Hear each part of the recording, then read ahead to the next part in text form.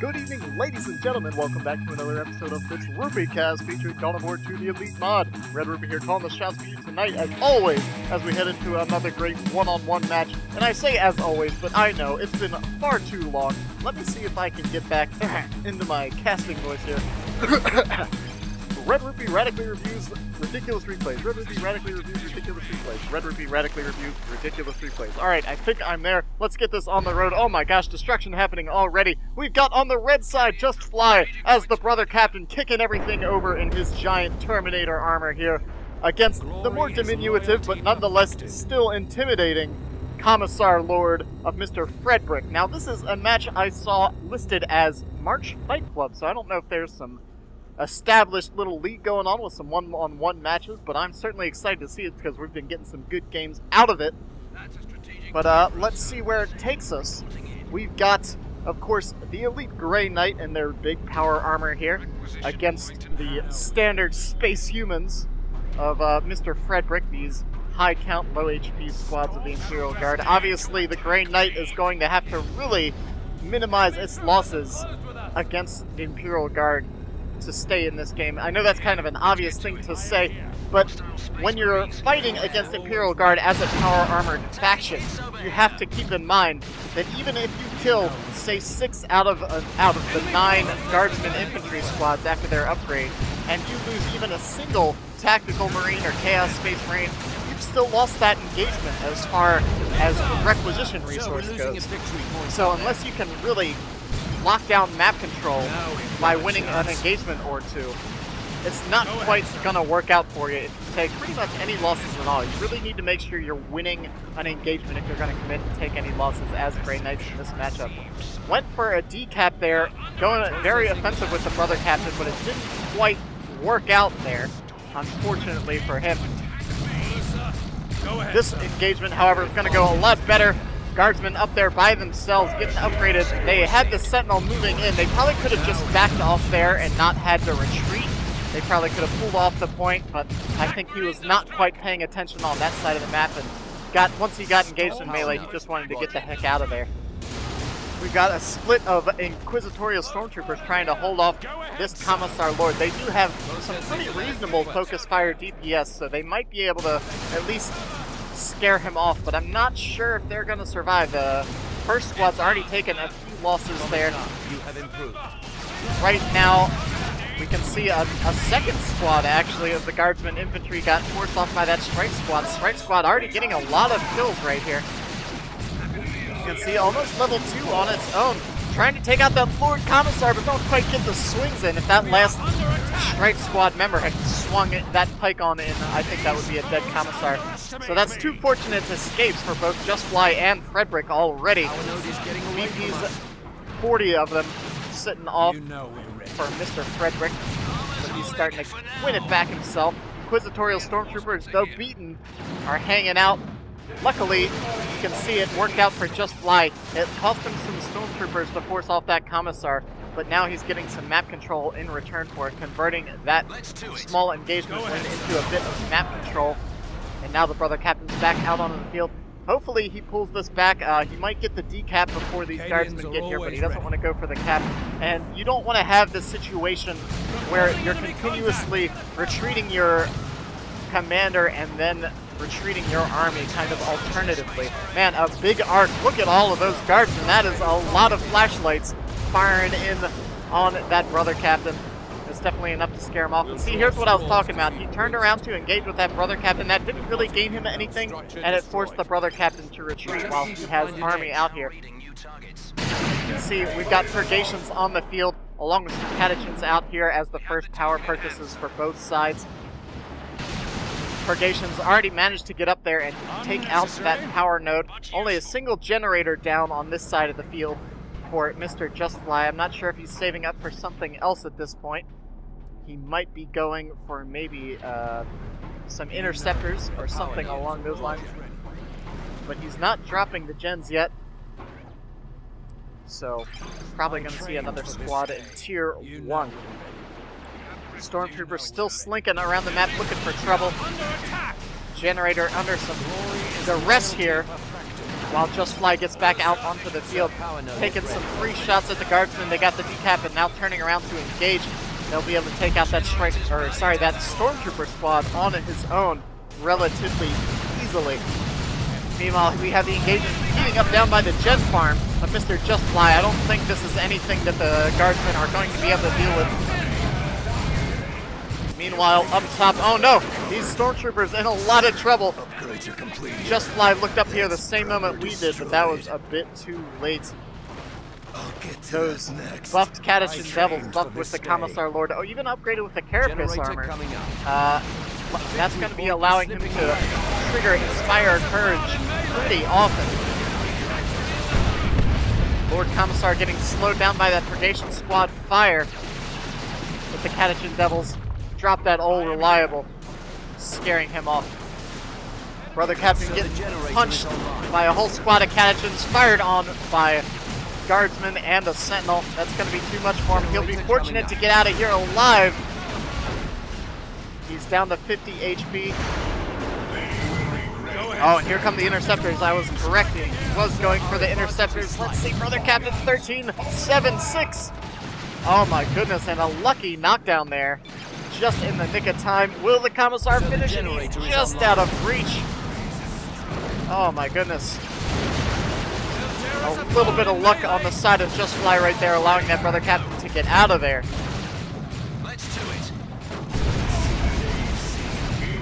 And it looks like JustFly is going to be getting back out here on the map pretty powerfully now.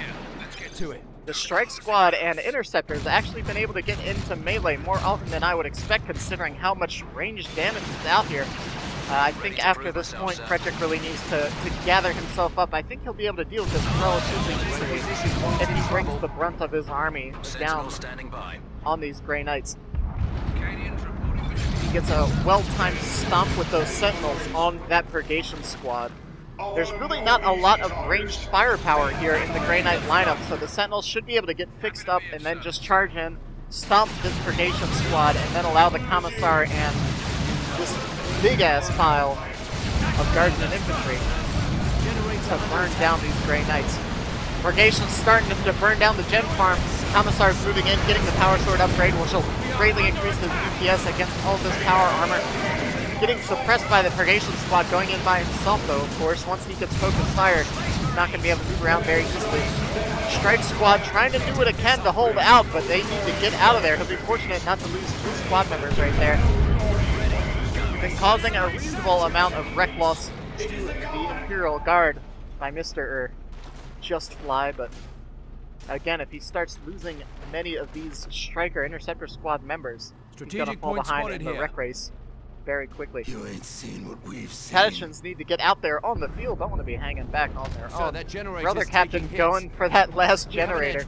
He's going to get that 100 wreck if it kills him. Sometimes you just need to break a generator with a sword. I don't know. Glory is loyalty. 409 to 411. The VPs have been changing around a lot. There's been a lot of good capping going on by both sides. Both sides never really sitting idle much. Good to see in one-on-one games. That's really how you gotta play. Just always keeping map control in the mix. Sir, we're losing a power node. Both Fredrik and JustFly gonna be heading into Tier 2 here. Heading into the formative stages of this game. And this Commissar Lord really haranguing the Grey Knight troops. I'm not sure if he should be up here by himself, trying to buy, I guess, a little time, but not going to get much out of that station. JustFly hitting Tier 2 before Fredrik. Fredrik hitting it at about the same time, so pretty much even up here on both Tech and VPs. Had a little gen bashing from both sides. JustFly, I think, has gotten slightly better of that particular aspect of the game. And now everything moving in, trying to put some pressure on this Sentinel. They don't have a Commissar up here to disrupt on their own yet, so they have to play this engagement carefully. That's kind of what I was talking about earlier, where you get into that point where your army and your commander are never in the same engagement at the same time, which is fine with certain styles of play. But I feel like that Commissar, if he can lock down these Purgation squads, this Imperial army will have no problem. And oh no, I forgot to turn off my Steam notifications. Completely amateur move right there. Hopefully no more will come up throughout the duration of this game. I'm not going to turn them off for control of the replay for you here. Another teleport in from those strike members.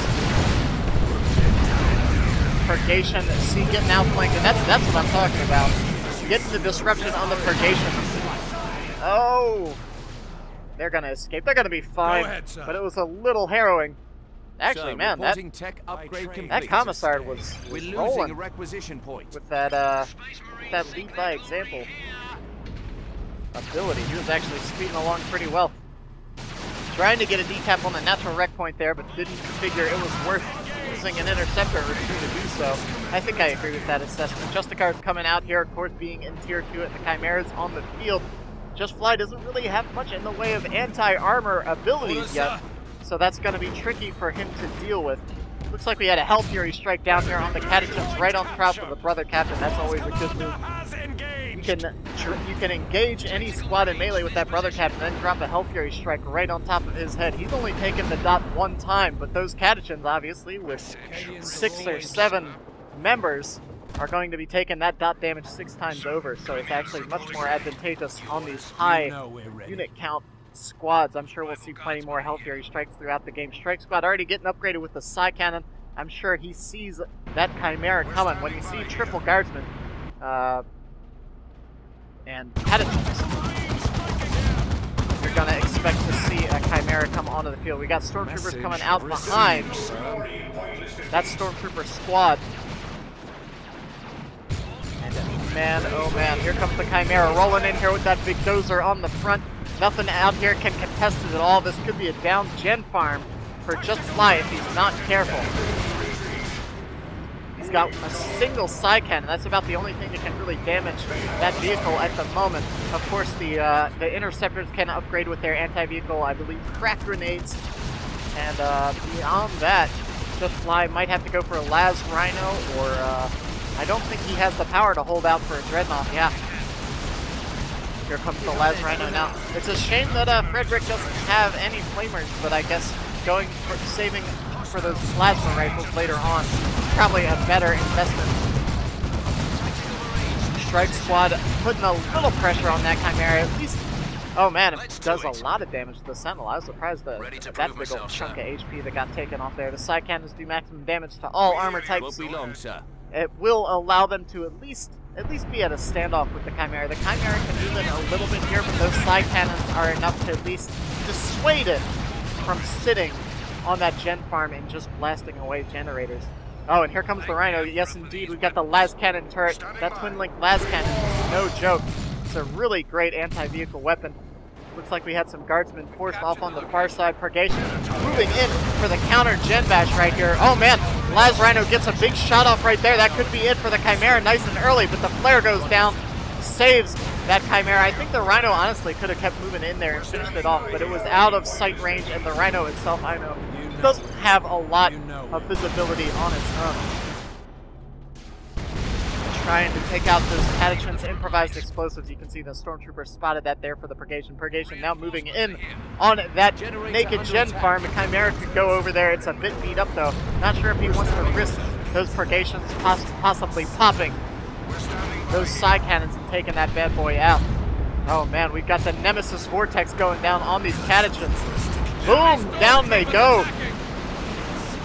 Taking off about half of their HP. Meanwhile, oh my god, look at this anti-infantry firepower right here. Chimera's in a lot of trouble though. Something needs to turn and take out that Las Rhino. Lots of repair going down. Missile fire coming in from the Sentinel, along with the Hell Fury strike, and just a lot of chaos happening right here in the center. Big engagement, but it looks like JustFly's gonna back off. I think that's the correct decision with that double guardsman repair. He's not gonna be able to do anything about that Chimera with just the lone Las Rhino. Interceptor squad, yep, there comes the crack grenade. Now, if he does land a crack grenade and find that Chimera a bit out of position, I think he'll be able to deal with it pretty flawlessly, Glory but is loyalty that's going to depend perfected. all on Fredrik if he decides to overextend that thing or not. Really, with this kind of firepower, the dual plasma, fully upgraded guardsman, You know we're ready. Go ahead, sir.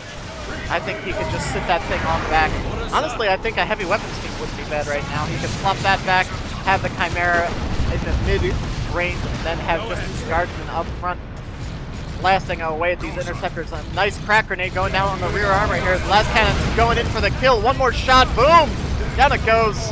That side cannon along with those heavy anti-vehicle shots take out that Chimera, and suddenly this is looking fairly advantageous for Mr. JustFly. Needs to get in those purgation squads to suppress some stuff. Smoke bombs going down. Those purgations will still suppress. And the strike squad doing some pretty heavy damage. Oh, we're going to have a showdown between the Rhino and the Sentinel. Whoever gets off the first shot. Oh, it is mutually assured destruction, both the missile and the las cannon. The las cannon fired just after the missile, but in between that time where it left the Sentinel and impacted on that Rhino. Purgation squad in grave danger here. JustFly narrowly escaping again. JustFly's had a couple big saves here. Very quick. Oh no, I spoke too soon. Down it goes. And big losses all around in these last couple minutes. JustFly looking a little worse on the DP side. He's a little over 100 behind. He's going to need to try to work that deficit up. Brother Captain getting the Nemesis Force Halberd, which is going to give him some splash damage and heavy DPS. Sir, we're losing a victory point out there. Heavy meaning large, not heavy melee. It's power melee. I'm pretty sure. Double check that. Yeah, but ooh, little support coming in, well timed by that interceptor squad. See, that was a good engagement for the Brother Captain. When you can stall out and then try to get some kills out here. Catachin's in great danger, down to 2 HP. All it's going to take is a couple shots from those bolters. Yes, that'll be it for the Catachin Devils. And suddenly, both sides down to 3 squads. And Fredrik does have just a ton of anti-infantry firepower here for these Grey Knights, but he doesn't really have much in the way of support. As soon as the Brother Captain and these interceptors engage those guardsman squads, that's all that Fredrik's going to be able to do. He's going into tier 3. He does have quite a bit of power, but he's going to need to save up some requisition to get himself what I'm assuming he's going for, probably a tank at this point. Obviously, he could get himself Tech is at maximum capability. something. Let's see, what else can this Imperial Guard? I can't think of the elite ranged squad right now. Oh man, it's been far too long since I've played this game. Oh, I can't think of him. Anyways, he's not going to get those. He's got plenty of infantry. He needs a tank, if anything. Glory is loyalty perfected. Let's see. Interceptors are level 3. Strike squad's level 4. And Purifiers coming in. Purifiers kind of an odd choice. I've never really been sure what to think of Purifiers. They're kind of an odd squad. They've got some great potential, but they're just a power armor melee squad in tier 2. It's kind of almost a detriment with how much plasma and power melee is going around. But we'll see what they can get done. A pair of infantry squads trying to hone down on these strikes, but the strikes can just engage in melee. Nice grenade there on the escaping Stormtrooper squads. Actually probably going to cost these strike squads another member or two. Looks like we've got another Health Fury strike coming down. The strike squad's going to hang out in green cover and probably actually be able to contend, yeah, with those Guardman infantry. Had the interceptors moving in as well, and it looks like this Ten Farm is gonna be in a lot of trouble. Purifiers now out here. I mean, considering the composition of Fredrik, Purifiers are great because there's just nothing that can deal with melee right now. We've got 3 range squads versus 3 melee squads, and it's simply not going to work out for the range. Strike squad almost goes down to that IED there in the center. Brother Captain, man, look at that. I think each swing of that Nemesis Halberd took off about a third of that Commissar's force shield. Now moving in. Might be overextending here a little bit. Oh my gosh, look at that going down by the Purifiers. This, I forget what this ability is called. Let's look that up. Grey Knight is something I've never been as familiar with as the other races, being the newest. Oh no, Nemesis Vortex thrown in. He needs to get this VP. There's no reason he shouldn't be capping this VP while he's pushing into the base here. But really, what is he getting out of this engagement that he's going for here? Like, he's keeping it base lock, but yeah, now he has to retreat. And this retreat is going to take so long to go all the way across the map. It's always something to consider. You obviously don't want to get placid once you've gotten control of the majority of the map, but really, it would have been much more worth his time to decap these fully matured rec points and decap that VP. Could have really put tons of pressure on Fredrik, and then really rallied his army together instead of now leaving these stranded purifiers out here by themselves. So, been pretty good play by both sides, but just some minor things to consider there. Like, when you're pushing in, whenever you choose to commit to an engagement, think, what am I converting this win into? Like, if in this game, just winning an engagement on its own isn't always that great. It did cause some at least major wreck loss or power loss, or then convert that victory into some map control. So, fighting in the base, not the greatest move, but we'll see how it goes. JustFly going for a Dreadnought. That's interesting. Not going to be able to contend with this Lehman Russ, I don't think. Grey Knight Dreadnought does have some good weapon options on it. I guess if he gets a melter anti-vehicle weapon along with this crack grenade, that could definitely put some pressure on the Lehman Russ tank. But that said, these things are beefy, man. They are notoriously survivable, and they seriously put out the damage. They have both that las cannon and the main tank autocannon on top. I trained for this day. Puts some big hurt on vehicles. They're probably the best standalone tank. I think they'll beat any other tank one-on-one. Going for the Dreadnought Power Claw. Alright. Let's see what he goes for. We can see the observers chatting a little bit. Vindicator Assassin is a great choice for anti-vehicle for Grey Knights. But as mentioned, that Commissar, if he figures out where that Vindicator is, can roll right in and one-shot him. But I think overall the army composition for JustFly is pretty great right now. But if he loses this Dreadnought, that's going to be it. Ooh, man! Emperor's Wrath going down, doing huge damage to that strike squad. There goes the crack grenade, and now the Dreadnought's in a melee range for that Lehman Russ tank. Looks like the Brocat needs to get engaged with some of these. Oh, no! That grenade took out its own squad. Oh, dear. Dreadnought's not going to be able to finish off this Lehman Russ by itself, though. He probably needs to pull back. Oh, dropping a Hell Fury right in the base. He's got to be very careful here. The repair's going to start going down. Oh, no, but see, here's exactly where you don't want to be. This Dreadnought just can't retreat in time. It's way too overextended, and that Lehman Russ is just going to be able to chase it on home.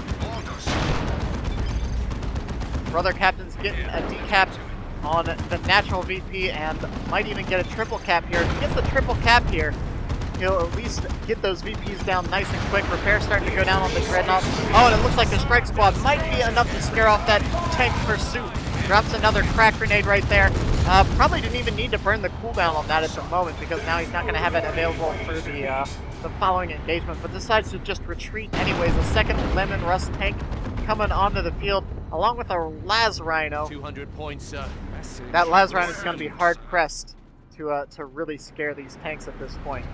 I'm not sure if that's what he needs or not. Loyalty perfected. But we'll see what's going on. Strike Squad.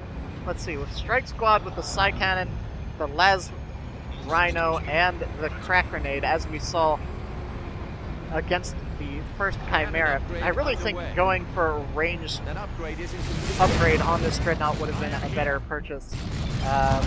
Maybe the Plasma Cannon, although I guess the Plasma Cannon with this much melee on the field is kind of a tricky choice to use or not. You can suffer from a lot of friendly fire, but I think this melee Dread just isn't gonna pan out, especially against double tanks here.